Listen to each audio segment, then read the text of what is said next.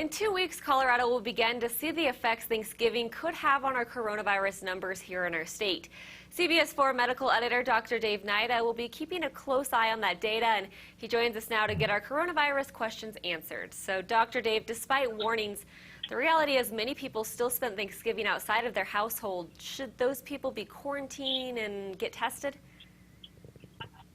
Yeah, actually, the answer is both quarantine and testing. And the reason why is that if you got together with people outside your own household, particularly if you traveled, you are at risk for having picked up the virus. And you say to yourself, well, I feel perfectly fine right now, but it's still too early at this point in the game to say, well, I traveled, I'm good, I'm going to be fine.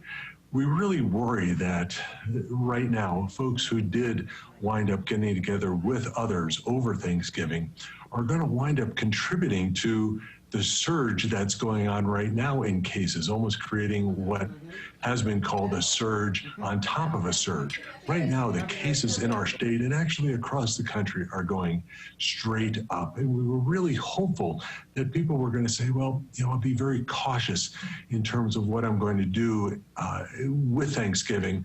But unfortunately, it wasn't the case across the board. And as a result, I think we are going to see really the ramifications of that and suffer from that beginning about 10 to 14 days from now. And it really makes me worry about what we're going to be trying to do when we wind up having Christmas, Hanukkah, New Year's, so forth. We may have lost those holidays in essence simply because of the fact that we did not really adhere strictly to the guidelines that were presented to us about how to handle Thanksgiving. So here's the deal. If you did wind up getting together with those outside of your household, you should be considering quarantining for at least 14 days.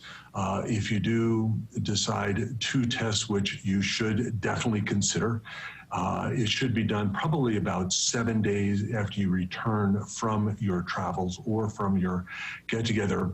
And that is if you're having no symptoms. Let's say you do have symptoms, you even get a sniffle, runny nose, a little bit of a sore throat, or worse, you wind up and you get tested right away.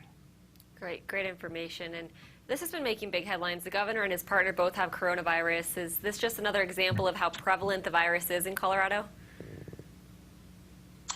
It is, and I think you look at the governor, and the governor has a reputation for really practicing what he preaches. He is someone who does adhere to distancing as much as possible and does mask and does everything that really should be done. But if you look at the nature of being the governor of Colorado, you interact with a lot of people, and despite your best protections, it does really give you a picture of what's going on in our state. There's so much virus out there, it is almost impossible not to be exposed and probably contract the virus. So despite your best efforts, you really have to stop for a second and assume that everyone you come in contact with, even if they have no symptoms, has COVID, and take the appropriate precautions.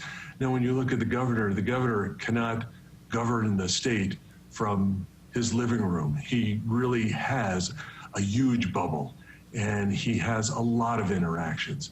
Just like people who work in hospitals, for example, they take the best precautions, but yet still wind up becoming infected with COVID. So it does show you that we do have a lot going on in our state at this point in time, and it is really up to us to really work hard in terms of trying to ride out this wave that we're in right now as we wait for vaccines to come in. We do have really some hopeful possibilities on the horizon. It's just a matter of hanging in and remembering that, the things that are most precious to us really do involve some sacrifice. Yeah, that's great advice. And also, most schools have returned to remote learning because of the rise in COVID cases. What do you think it will take to get kids back into the classroom? Yeah, it's interesting when you think about COVID. Unfortunately, it's been around for so long a period of time that we actually do have the ability now to learn more and more about it. And one thing that we have learned is that schools themselves are not really major drivers of infection in the community. They are not really responsible for spread. What it is really more the behavior of adults outside in the community, and they're getting together, and their behavioral patterns that really are the big drivers. We don't think it's schools, particularly when you look at the younger age group, elementary school kids, for example. So I think for schools to get back on track again, the one thing we're going to need to see is we're going to need to see some numbers coming down quite a bit, particularly when you look at test positivity rates. We're running 11% positive, 12% positive, 13% positive plus. And with numbers like that, it really is impossible to open up schools. So we got to get those numbers down.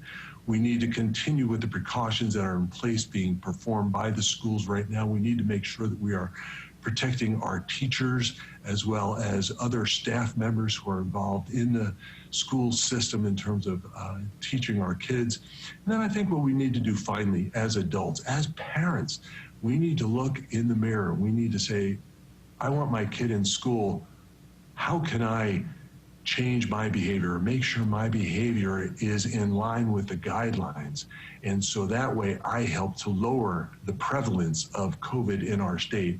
And by doing so, not only will we be able to reopen schools, but we'll be able to reopen the economy and so on and so forth and get back to some sense of normalcy. Please take a look at your behavior and those around you. Yeah, sounds like a lot of the answers to these questions today are personal responsibility. So, yeah, thanks so much, Dr. Dave.